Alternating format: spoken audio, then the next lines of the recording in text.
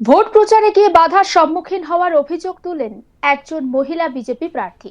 স্থানীয় বাজারে দলের লিফলেট বিলি করার সময় এক দোকানদারের সঙ্গে তার তর্কাতর্কি বাধে বলে অভিযোগ।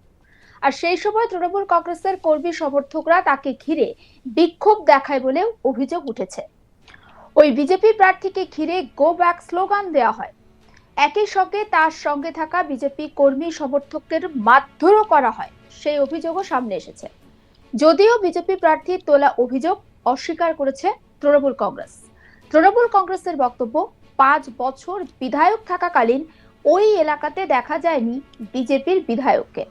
তিনি ভোটের সময় প্রচারে এলে তাকে এ বিষয়ে প্রশ্ন করেন সেখানকার মানুষজন। অভিযোগ, তখন তাদের চোর বলে আখ্যায়িত করেন ওই বিজেপি প্রার্থী। আর প্রতিবাদে স্থানীয়রা তাকে ঘিরে বিক্ষোভ দেখিয়েছে। পরে অবশ্য পুলিশ এবং কেন্দ্রীয় বাহিনী গিয়ে পরিস্থিতি নিয়ন্ত্রণে নিয়ে আসে। চাঞ্চল্যকর এই ঘটনাটি ঘটেছে কোচবিহারের তুফানগঞ্জে।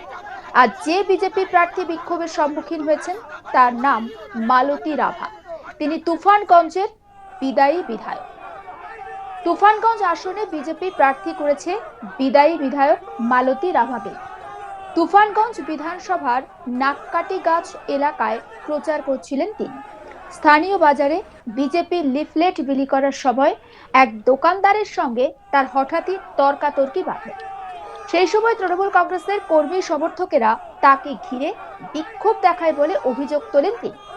গো ব্যাক স্লোগান দেওয়া হয় ওই বিধায়ককে লক্ষ্য করে। একজন বিজেপি কর্মীকে বেধড়ক মারধর করা হয়েছে বলেও অভিযোগ করেছেন বিদায়ী বিজেপি বিধায়ক।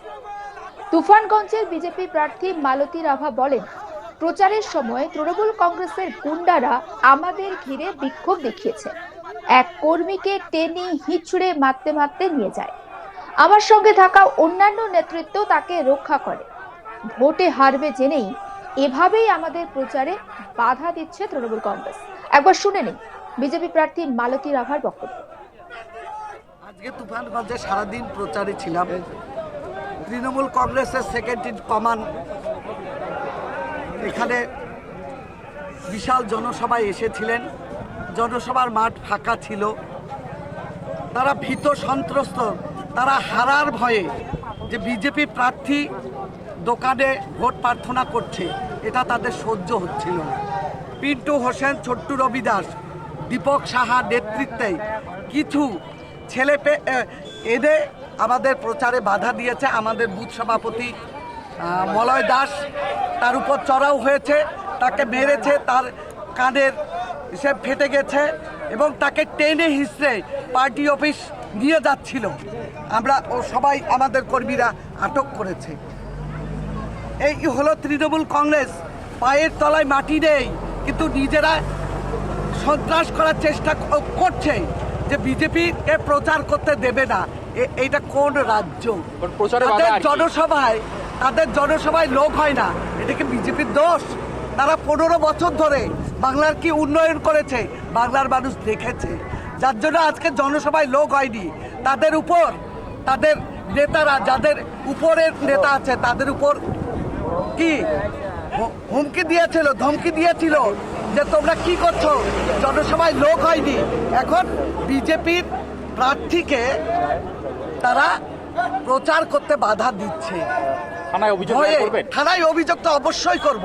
এবং পুলিশ আসছে, পার্টি অফিস থেকে লাঠি সোটা নিয়ে এসেছে। বলরামপুরে এর অনেকবার এর আগেও হয়েছে, বারবার অভিযোগ জানিয়েও কিন্তু কোনো ফল আমরা পাইনি, কাউকে গ্রেপ্তার করেনি। তবে বিজেপি যে অভিযোগ করেছে সেই অভিযোগ একেবারে সম্পূর্ণভাবে অস্বীকার করেছে তৃণমূল কংগ্রেস। এ বিষয়ে তৃণমূল নেতা পিন্টু হোসেন ঠিক কি বলছেন, আসুন শোনায়। ভোট এসেছে, 23 তারিখে ভোট, সব প্রার্থী প্রচার করবে, এটাই স্বাভাবিক। কিন্তু উনি এসেছিল আমাদের অঞ্চলে বলরামপুর চৌপতি, উনি ভোট প্রচার করবে, মানুষের দুয়ারে দুয়ারে যাবে, উনি যেতে পারে। যদিও উনি 5 বছর কোনো কাজ করেনি, মানুষের সামনে গেলে ওনাকে জবাবদিহি করতে হচ্ছে। একইভাবে আমাদের পার্টি অফিসের এক পাশেই কোনো এক দোকানদার বা পথচারী মানুষকে উনি ভোট প্রার্থনা করছিলেন। উনি প্রশ্ন করছিলেন যে আপনি 5 বছর ছিলেন না, 5 বছর এমএলএ থাকার পরেও আপনি তুফানগঞ্জ বিধানসভা সহ নাককাটিগাছ অঞ্চলে কোথাও আপনি কোনো রকম উন্নয়নমূলক কাজ করেননি। সঙ্গে সঙ্গে উনি ওই ব্যক্তিকে চোর যা যাবতীয় গালিগালাজ শুরু করে দিয়েছে।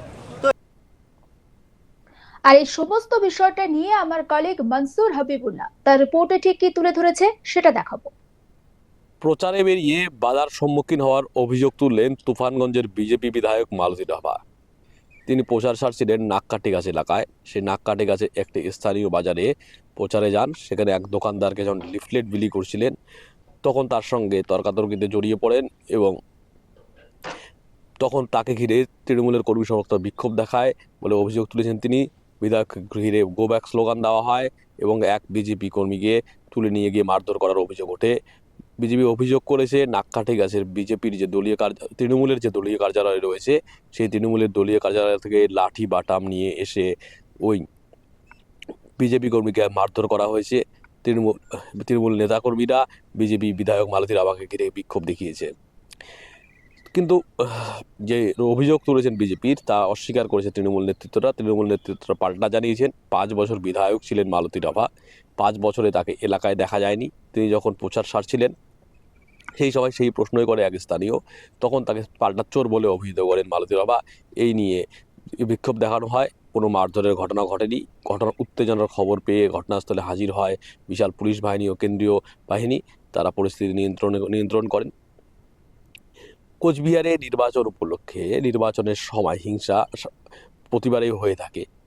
ভোট চলে এসেছে, মনোনয়ন পর্ব জমা দেওয়ার কাজ সম্পূর্ণ হয়েছে, স্ক্রুটিনির কাজ শেষ, প্রচার একদম জোর কদমে চলছে। ইতিমধ্যে প্রধানমন্ত্রী নরেন্দ্র মোদী কোচবিহারে সভা করে গেছেন। সেই সভায় তিনি কোচবিহার ও আলিপুরদুয়ারের বিজেপি প্রার্থীদের সমর্থনে ভোট চান। বিজেপির সেই সভায় জন অরণ্য তৈরি হয়। প্রধানমন্ত্রীর সেই সভায় যখন জন অরণ্য তৈরি হয়েছে তখন কিন্তু বিজেপি নেতাকর্মীদের আলাদা রকম বুস্ট দিয়েছে। তুফানগঞ্জ বিধানসভার যদি আমরা নির্বাচনী ফলাফল বিশ্লেষণ করে দেখতে পাই, 2019 সালে লোকসভা নির্বাচনে বিজেপি এগিয়ে যায় এই বিধানসভায়। তারপরে 2021 সালে এই বিধানসভা প্রথমবারের জন্য খাতা খোলে বিজেপি। 2024-এর লোকসভা নির্বাচনও বিজেপি এগিয়েছিল, তবে 2021-এ যাদের যে ভোটের ব্যবধান ছিল সেই ভোটের ব্যবধানের তুলনায় লোকসভা ভোটের ব্যবধান জয়ের এগিয়ে থাকার ব্যবধান কমে এসেছে। এই নিয়ে যখন বিজেপি নেতাদের চিন্তার ভাঁজ, তবে তারা আত্মবিশ্বাসী নরেন্দ্র মোদীর সভার পরে তাদের জয় নিশ্চিত এবং বিজেপি প্রার্থী মালতী ডাভা জয়ী হবেন।